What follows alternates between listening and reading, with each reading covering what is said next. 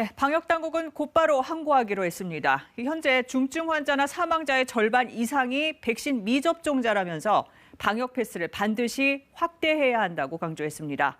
서병립 기자가 보도합니다. 법원의 결정에도 불구하고 방역당국은 방역 패스 적용 확대가 반드시 필요하다는 입장을 고수했습니다.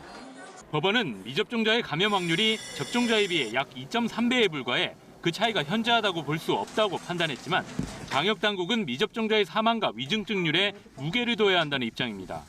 최근 미접종자가 확진자 내에서 차지하는 비율이 높고 특히 사망이나 위중증 환자로 발전하는 경우가 많다는 겁니다.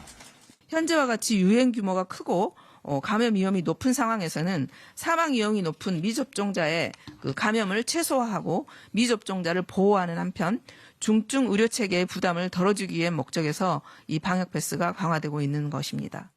실제로 현재 18살 이상 국민 100명 중 94명이 2차 접종을 마쳐 접종 미완료자는 단 6%에 불과합니다. 백신의 효과가 없다면 사망과 위중증 환자 내에서도 이 비율이 비슷한 6% 수준이어야 합니다. 하지만 실제로 지난 8주간 발생한 사망자 1,800여 명 가운데 미완료자는 967명으로 53%가 넘고 위중증 환자에서도 미완료자의 비율이 절반 이상을 차지하고 있습니다.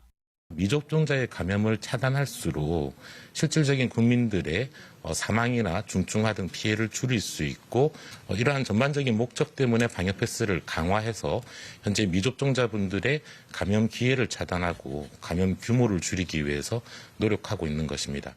하지만 이번 법원의 결정으로 인해 정부가 3월 1일부터 시행하기로 했던 청소년 방역 패스 적용 등 방역 패스 확대 적용 조치에 차질이 불가피할 것으로 보입니다.